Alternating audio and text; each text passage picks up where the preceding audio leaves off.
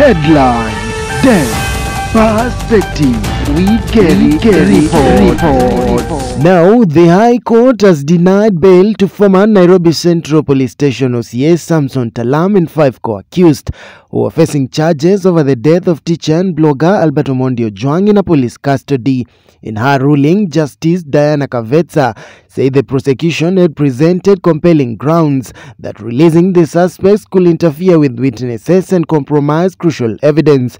The court cited allegations that CCTV footage at Nairobi Central Police Station was tampered with and warned that Talam's seniority and extensive police network posed a high risk to the integrity of the case.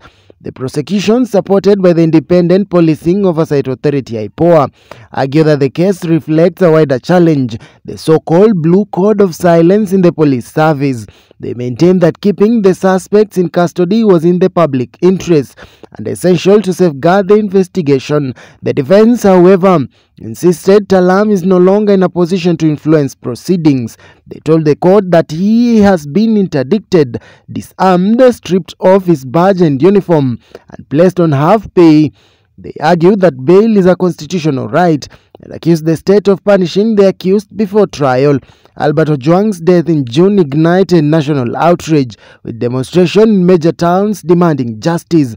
President William Ruto, however, publicly acknowledged that Ojwang died at the hands of the police, a rare admission that added urgency to the probe. The case has also been complicated by a parallel investigation into how Talam's phone was accessed while he was in custody and later used in a swim-swap fraud scheme to target his family and lawyers.